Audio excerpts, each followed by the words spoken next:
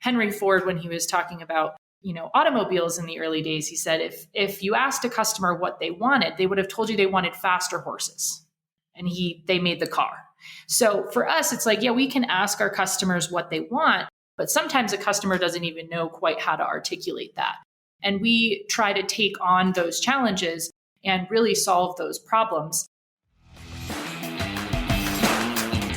Welcome to the RV Entrepreneur Podcast, the weekly show for nomads, work campers, RVers, and entrepreneurs looking to earn a living or build a business while enjoying the RV lifestyle. This week's host is Jim Nelson. Let's settle in and enjoy the RV Entrepreneur Podcast, brought to you by RV Life.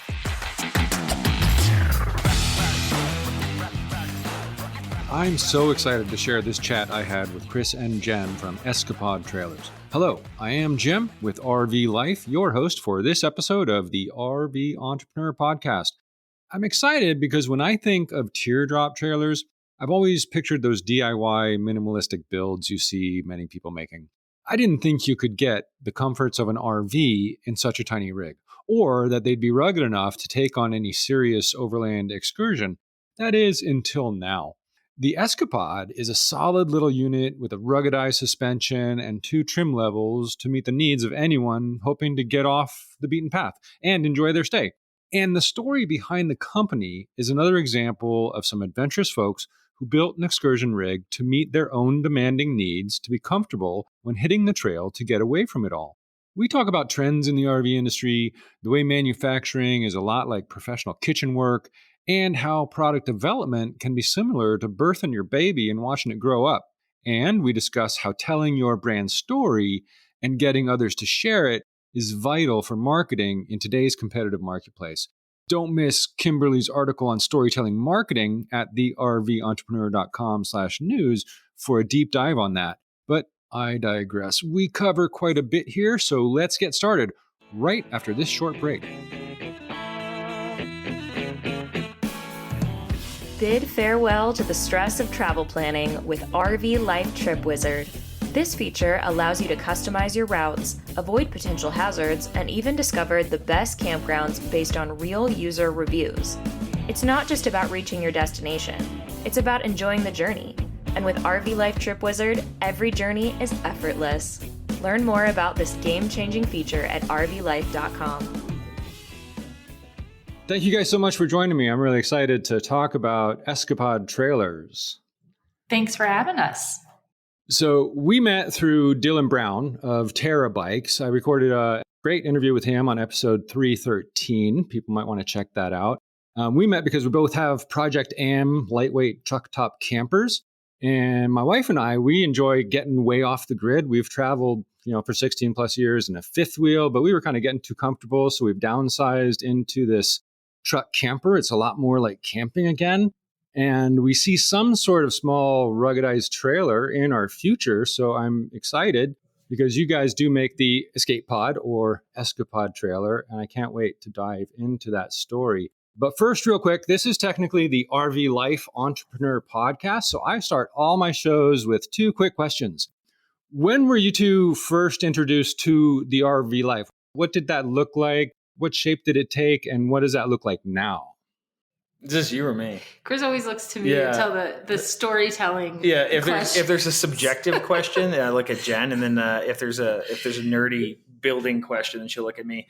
That works. But yeah, no, I love this. This is great. So, the RV life, I think what's really cool about this as to where we're at today is like, this used to be really defined, right? Like you would say, okay, the RV life is you show up at the KOA and then you bring, you open up your fifth wheel and you plug into shore power. And, this used to be so defined. And I think what's really cool about where we're at is in the past, 6, 7, 8 years, RV life has kind of changed, and it allows people to kind of define what it means to them. And for Jen and I, what that meant was that we were able to get home on a Thursday night, grab our mountain bikes and shove them into the back of the truck and pick up the trailer and head to the mountain bike race and meet our friends there, right? And so we were racing mountain bikes. We had tons of friends who were traveling around to different races, and we were able to do that really quickly. And so RV life meant for us was the ability to access the activities that we really loved and to be comfortable and mobile while doing that. And so, we would have a race in a different location every weekend. And the camper, the Escapod at the time, really provided the ability to do that in some level of comfort. Awesome. To answer the timeline part of that question, Chris and I both grew up camping and had some experience backpacking. So our foray into RV life in general was when Chris came to me in 2014 and said, I'm going to build us a teardrop trailer. And I said, what's a teardrop trailer? And he proceeded to build the first camper that we traveled in over, the next 6 months or so. And then, it very much at that time was about getting out the door quickly.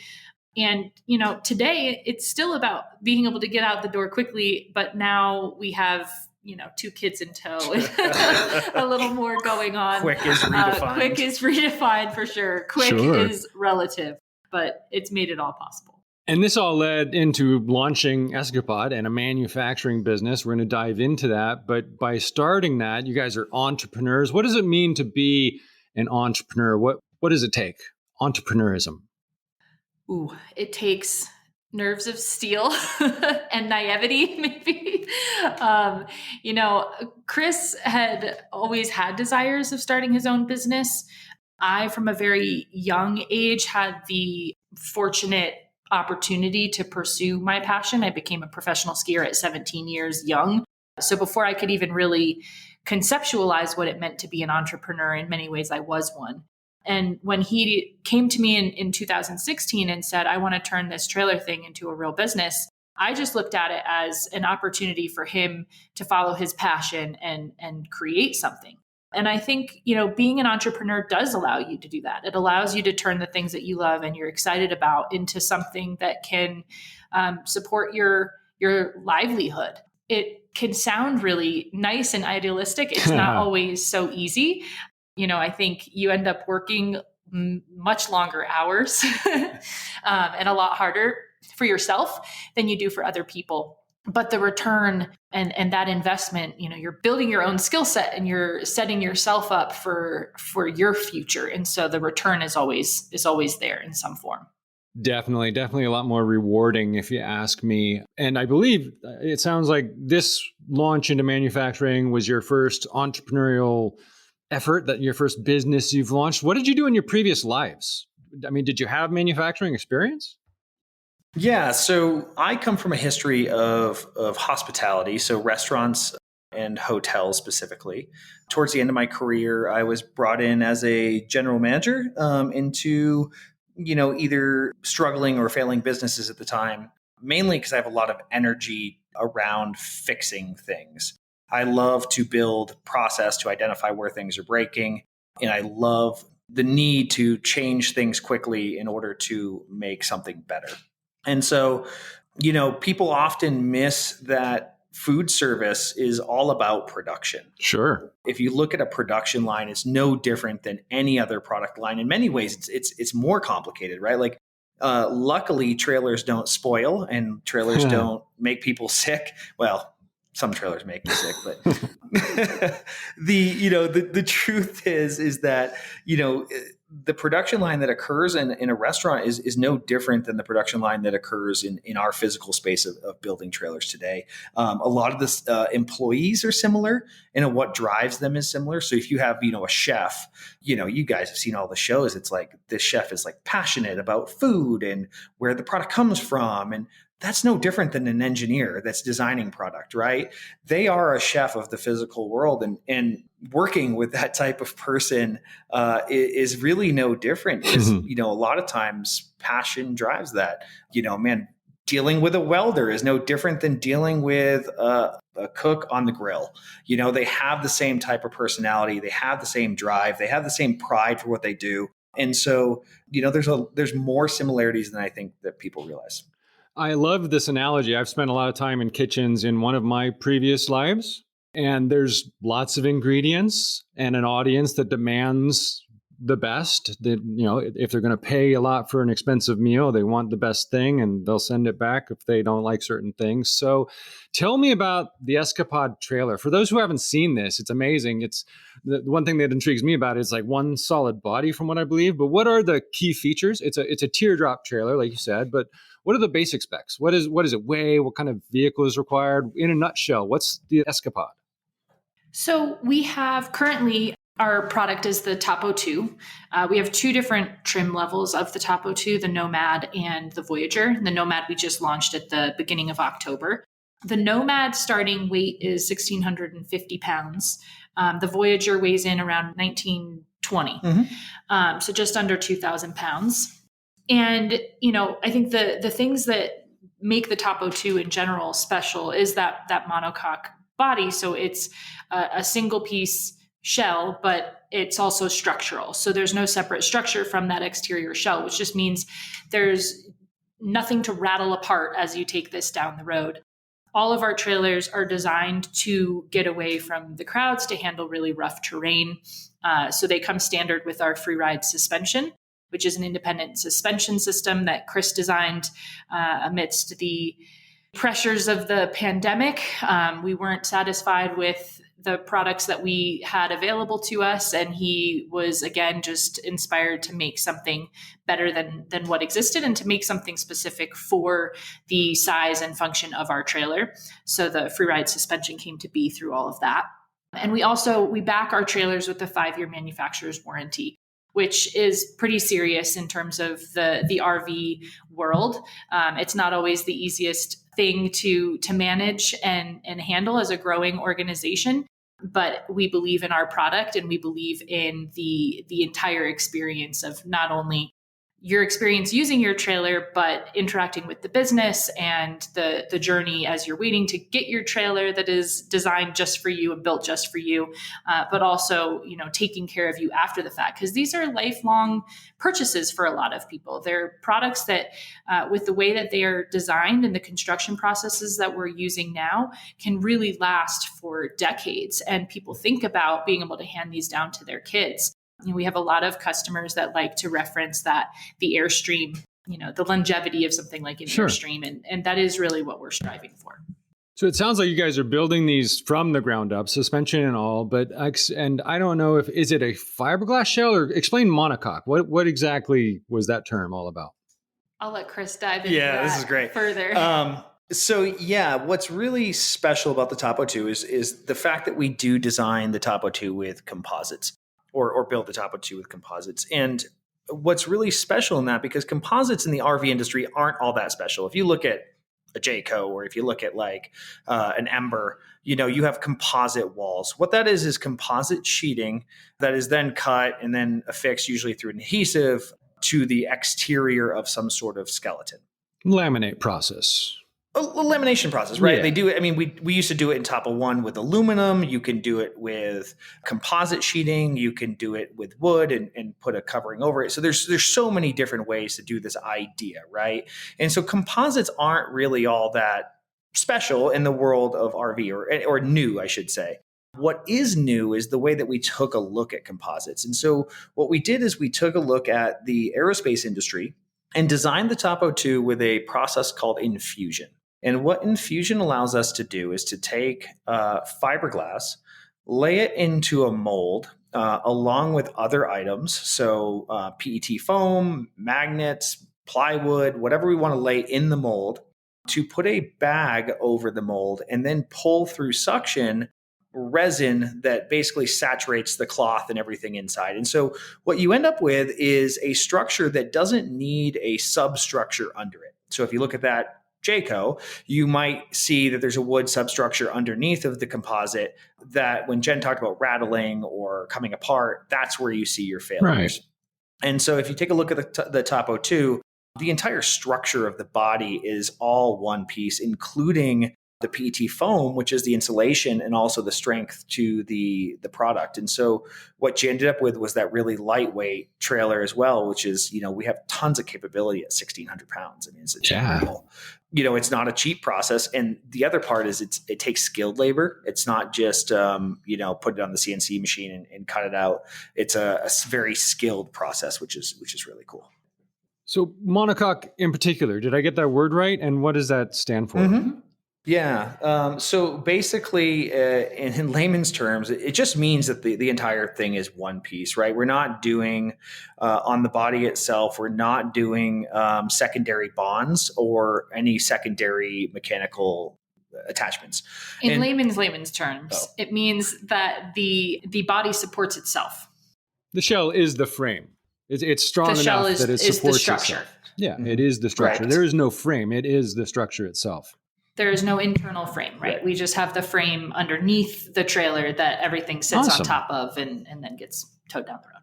So let's jump to the business side for a minute here. The RV market and the camper market in general, it's so saturated and competitive. Overlanding is becoming even more popular.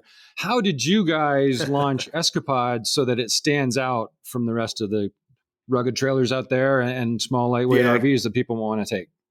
Good question. I think from the very beginning, we knew that, even from the first trailer, we knew that we had a beautiful design and a trailer that could sell itself. But the thing is you end up with a small business of a distribution problem, right? Like, how do you in Alaska see a trailer that's 5,000 or 6,000 miles away? And so the only real answer at the time was a good web experience, right? Something that really mirrored the brand values, the things that we were really proud of and really built on the experience. And so we've always prioritized how we talk about the product and how we display the product and how we build the brand in line with the physical product as well. And so when I think a lot of people get caught up in is that a brand is just the physical product, but it's only a small piece of it, right? Like manufacturing is very small physical product design, and it's a lot of other things, and especially when you're going direct to customer like we do. Yeah. Chris and I started this company, in my mom's garage. We literally built the first Escapods in my mom's garage. And it was a passion project initially. And that passion project pretty quickly revealed that it had some legs to stand on. We took what we knew from our experience looking at other trailers and thinking about purchasing other things and said, what don't we like about this? And then tried to make sure that we did the opposite of that. But as things started to prove that they could be bigger than they were, we asked ourselves, well, what does it take to get to that next level? Recognized where our skill sets fell short, and in late 2018 brought in two partners that really helped to do the things that Chris was talking about. Take the design of not only the product to the next level, but also the website and that digital experience. So Chris Eckel and Joshie Fishbein joined our team at that point and really helped us to elevate it. And while we were still very much like a mom and pop company at that time, the web experience that customers were having felt a lot more sophisticated. And I think we were really pretty early on in defining what that direct to consumer model could look like without needing to deal with dealers and to step up a few notches from that mom and pop experience. And that really shows. I just spent some time on your website before we started recording here, and it's an incredible experience. I immediately found a map where people can go and look and find a trailer near them, because you got to see these things to believe them and get the hands-on feel. So you have a way through locations and ambassadors out there on the road. I found that there's an Escapod in Fairbanks, and I'm a few hours south of that. I mean, in the middle of Alaska. Who would have thought of it? But it all comes down to that telling the story. We talked about branding there for a minute. And this type of lifestyle product is so important to tell the story behind the product, which is what you're doing with these ambassadors and the website experience and the social media channels and such. But is there a typical Escapod customer? What's your target market look like? I think the typical customer at its baseline shares a few wants, but I don't know that I could truly define the typical customer, because I think there are variations within that. But it is somebody who wants to be mobile, to have a comfortable place to camp and to enjoy the outdoors. They don't want to be held back by a much larger unit, and they want to be able to access some amount of solitude in a world where it's getting harder to find. And I think that the one thing that all of our customers share is that they're aspirational. And so, if I go to the East Coast, it's like, I want to buy an Escapod so I can go visit the 5 national parks in Utah.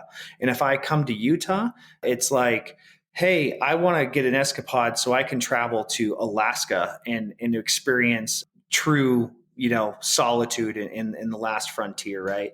And so it seems like that all of our customers are truly aspirational. And that's a really cool thing for us, because we're like, okay, how do we build a product that allows people to reach their dreams? And that's a really fun task. Awesome. So when it comes to these type of trailers, the teardrop style, what are the current trends in teardrop style and overlanding trailers? In RVs, they seem to be getting bigger and more comfortable. And we lived 16 years in a fifth wheel and downsized to a small truck camper. But it seems your audience may want the more ruggedized rig that lets them do some more traditional camping. So are there trends that you guys are jumping on board or creating? So there are definitely trends. And I think we're always trying to keep an eye on a trend and ask ourselves what is going to be a lasting trend and what is going to be a fleeting trend. One of those things that you mentioned is that ruggedized aspect. And what we found in the industry, especially for overlanding and off-road trailers, was that in order for something to be deemed capable of off-roading, it had to fit this specific aesthetic where, everything is really boxy and bolted onto the outside and so many things going on with the trailer. And with the Topo 2, we really kind of went the other direction. And we said, well, what do you actually need to make a trailer rugged? You need to protect all of the componentry, all these things that are being bolted onto the outside. You actually want to put those inside so that you can protect them from the elements, from the hazards of the road. So the Topo 2 Voyager has all of the mechanicals nested inside of the trailer. The water system is inside of the trailer, the water tank, it's protected. The underbelly of that trailer is extremely clean. The only thing that you see exposed is the suspension. And so we know that customers are demanding capability, and we know that customers want durability, but we did break the mold a little bit in the aesthetic of how you deliver that. So I think that's kind of one of the things that makes our team special, is that we try to look at the things that customers want.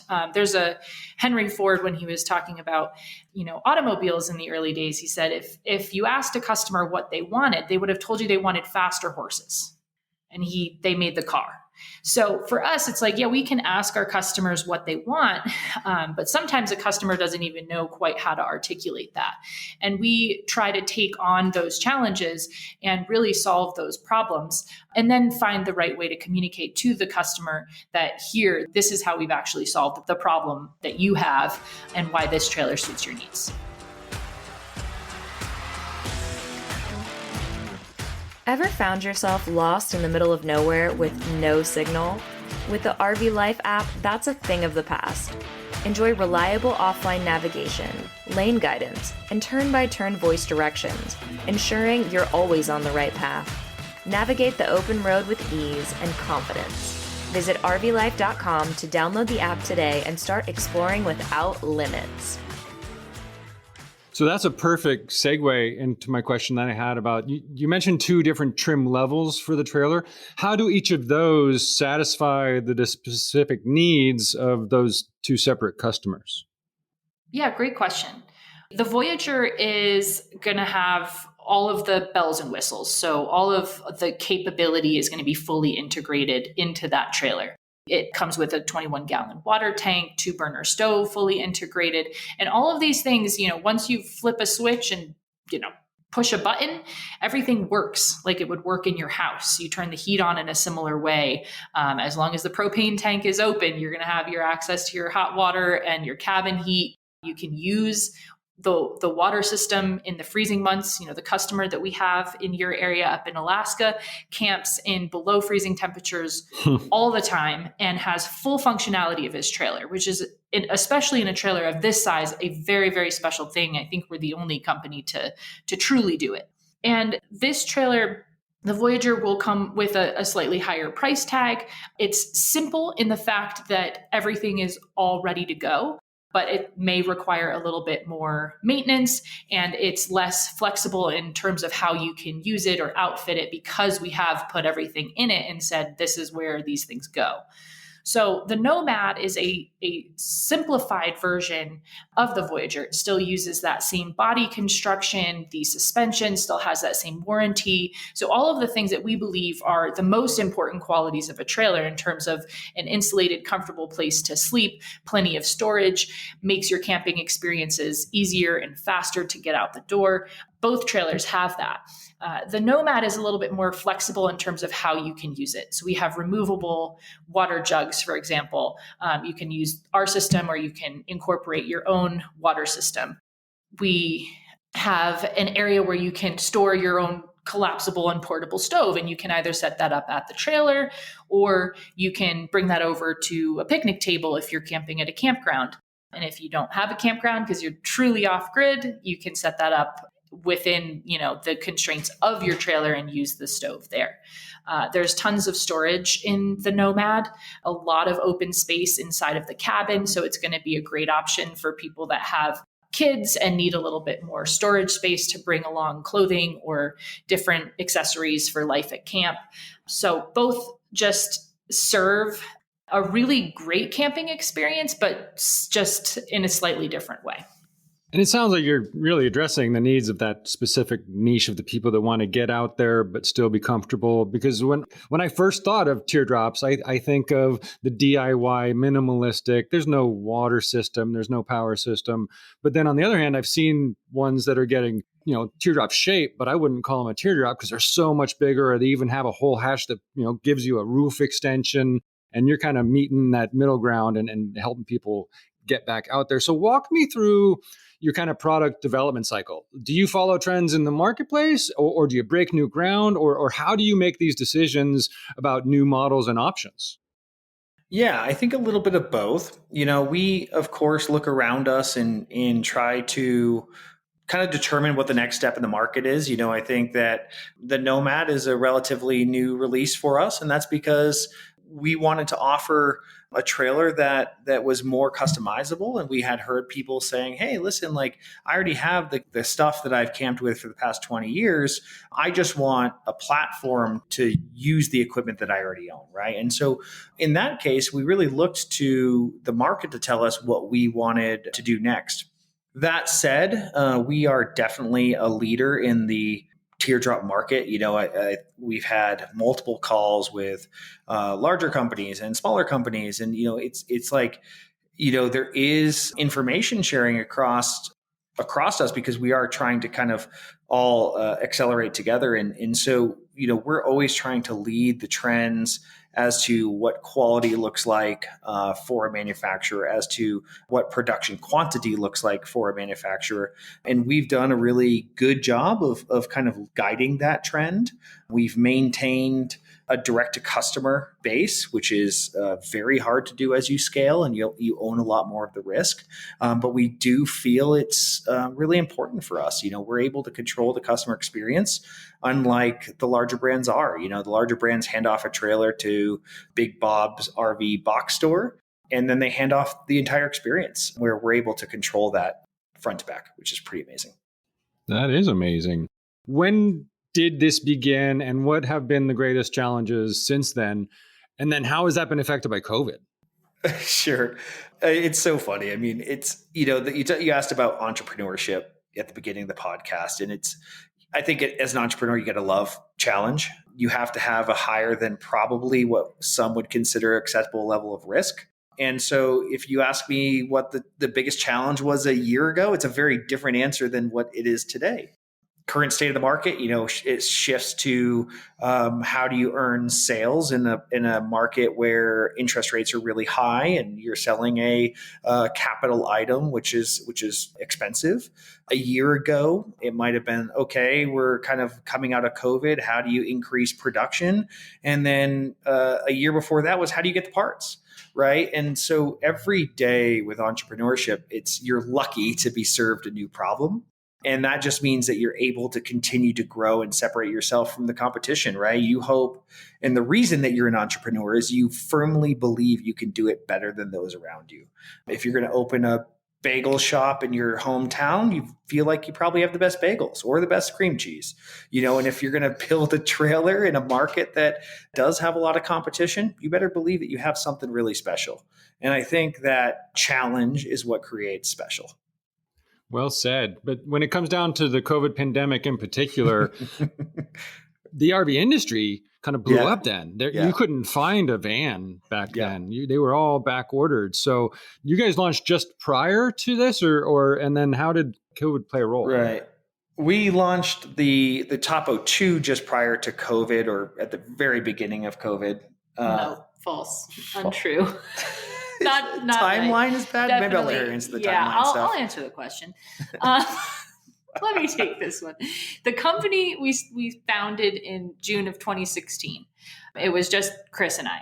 We were building, like I said, in my mom's garage, and then we had a stint on a little hippie commune down in Salt Lake when we needed more space, and then we landed ourselves in a small 1,800 square foot shop about 10 miles from where we are today. And that was in 2017. I think we started building in there. In 2018, like I had mentioned, Chris Eckel and Joshy Fishbein joined the team. Chris Eckel moved to Utah from New York City.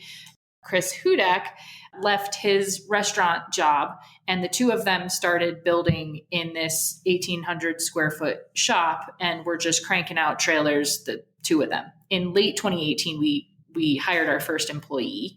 By mid 2019, I think we had about 4 or 5 guys maybe working with you building trailers. Yep. And in late 2019, we purchased the building where we're sitting now. This is an old used car dealership that had been unoccupied since the 1990s.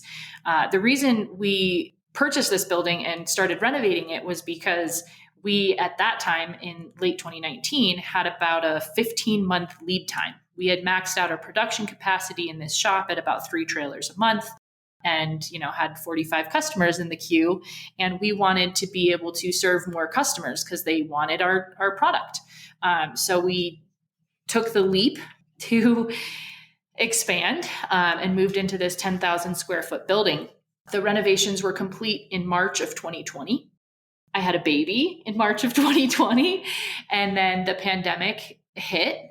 And there were moments where we were like, are we going to make it? I mean, what is going to happen? What is this pandemic going to do? Everything is shut down. How are we going to pay rent? Do we keep our staff working?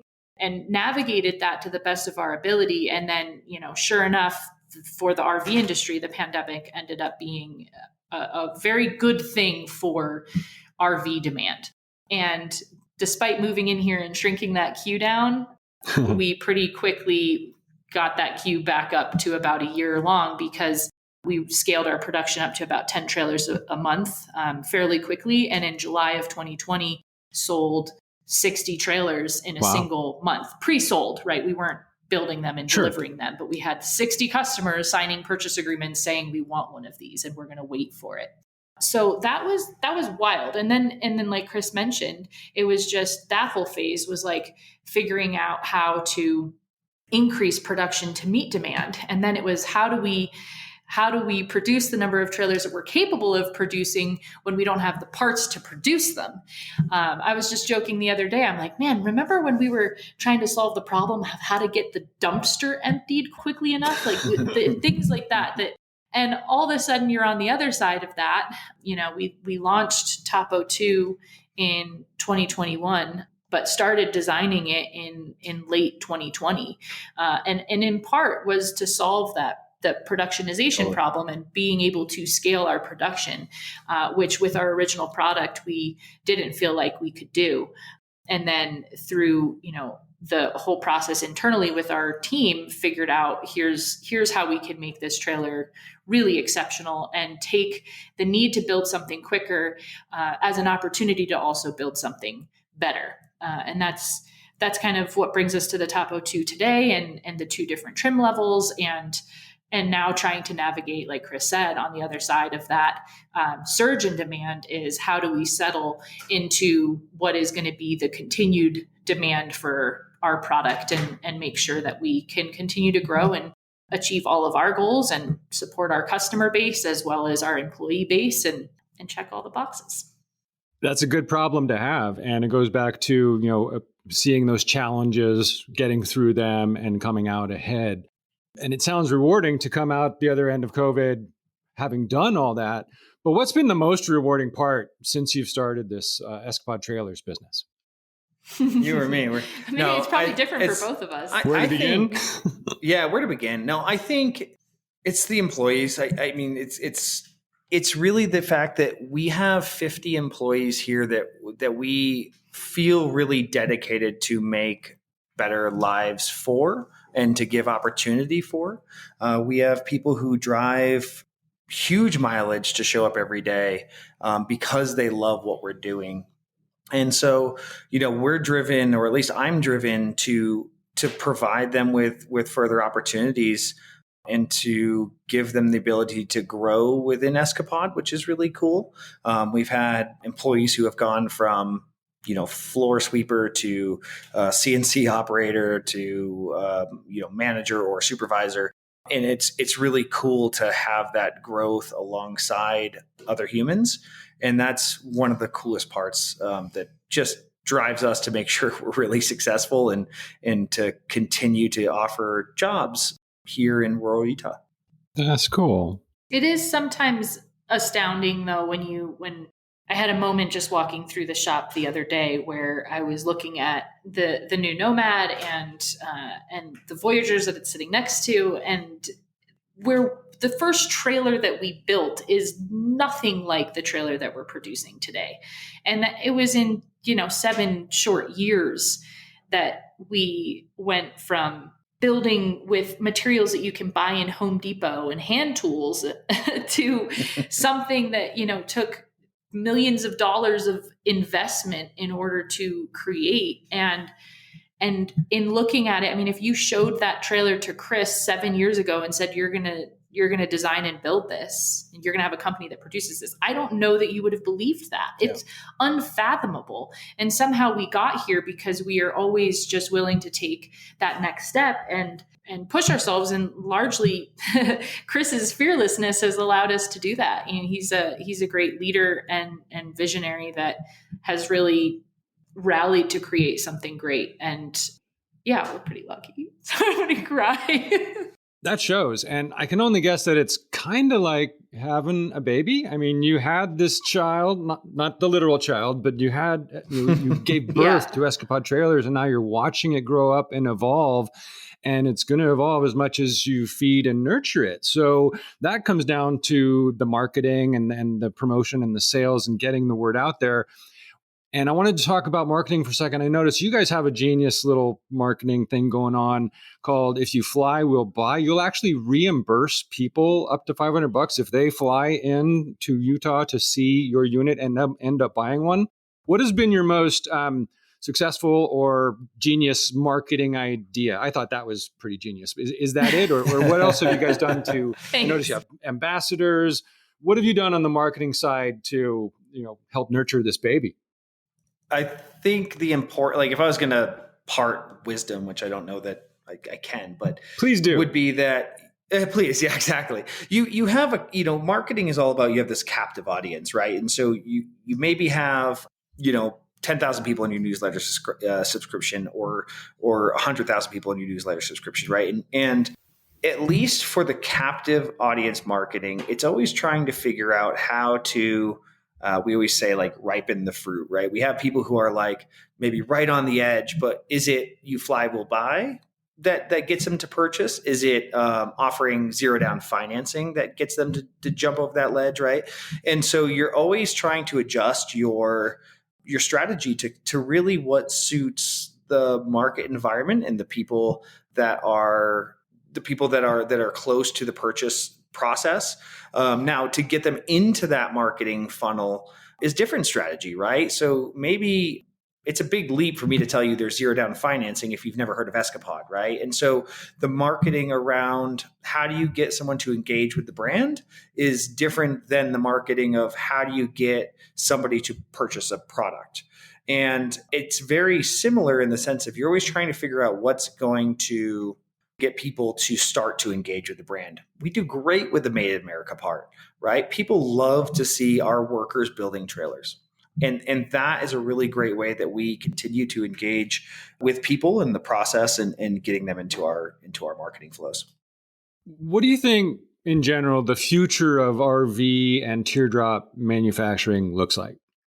I do think that consumers are going to continue to demand better quality. I think the RV industry has kind of been plagued with a quality issue for a long time, and it's been a battle to the bottom line of just how do we make this cheaper and push out volume. But I think people want something that is better built now and will last longer. And then I think accessibility is another piece. You know, you were talking earlier about how you've had a fifth wheel for 16 years and you got a little too comfortable. And I think that, in some ways, RVing and in a fifth wheel is a great way to travel and experience seeing different parts of the country, but it's not necessarily camping. And I do think that there are more people that are wanting to figure out how they can be immersed more in the great outdoors and have that disconnected camping experience, but still have some of the comforts from home. So packing more capability into a smaller footprint are definitely things I think people are going to want more of. Definitely, I do. With that in mind, what's next for Escapod? Where do you guys see this company in 5 or 10 years? You going to branch out into dealerships or keep doing what you're doing, or what's next? Yeah, I think that distribution is going to be something that we focus on in the next 18 months or so, getting our trailers closer to more people. I wouldn't expect that looks like a normal dealership model that you would, like we talked about before with like the Big Bob's Big Box RV, what did I call it? Something like that. But I think that we'll do it in the way that makes a lot of sense for Escapod to continue to connect with customers. I think that distribution for us, because of how the Topo 2 is built and what we've put into the production line, allows us to scale with sales. And so now we get the fun job of scaling sales, which is a lot of fun. And that allows you to imagine of saying, okay, with production rate, is there savings that can be offered to the end purchase price? Is there additional capability that can be offered with production quantity? And so you get to do new challenges like we've talked about to continue to grow the organization. And I would expect that to continue. And then I would expect in the longer term for us to continue to develop the product, whatever that looks like in the future. And, I think we're a company who recognizes that the Topo 2 is truly special and teardrop camping is truly special, but might not fit everyone's exact needs. And so as we develop or identify more needs in the market, we'll continue to fill those. Well, I look forward to watching this happen and can't wait to see one in person. I might need to get up to Fairbanks to see one of your ambassadors there or get down to Utah. But where's the best place for people to learn more about Escapod Trailers? The best place is on our website. I mean, you can find links to all of our social media platforms through our website, but all of the information about our trailers, as well as different opportunities to see a trailer, are all easily found on our website. So you can find us there at escapod.us. Fantastic. We'll make sure we get those links in the show notes and get a bunch of photos from you guys to show everyone out there. So I really appreciate the time you took and wish you the best in your endeavors. Thanks for coming. Thanks, Jim. Really appreciate you having us on. Thanks for tuning in. If you haven't yet seen it, check out the Escapod trailer. Chris and Jen really have given birth to a beautiful baby there, and it is growing up to be quite a strong little rig, popular with the adventure travel crowd. Let us know what you think in the RV Entrepreneur Community Group on Facebook or at therventrepreneur.com/news. And for more insight to all sorts of RV lifestyle adventures and challenges, be sure to tune in to the RV Life podcast at podcast.rvlife.com.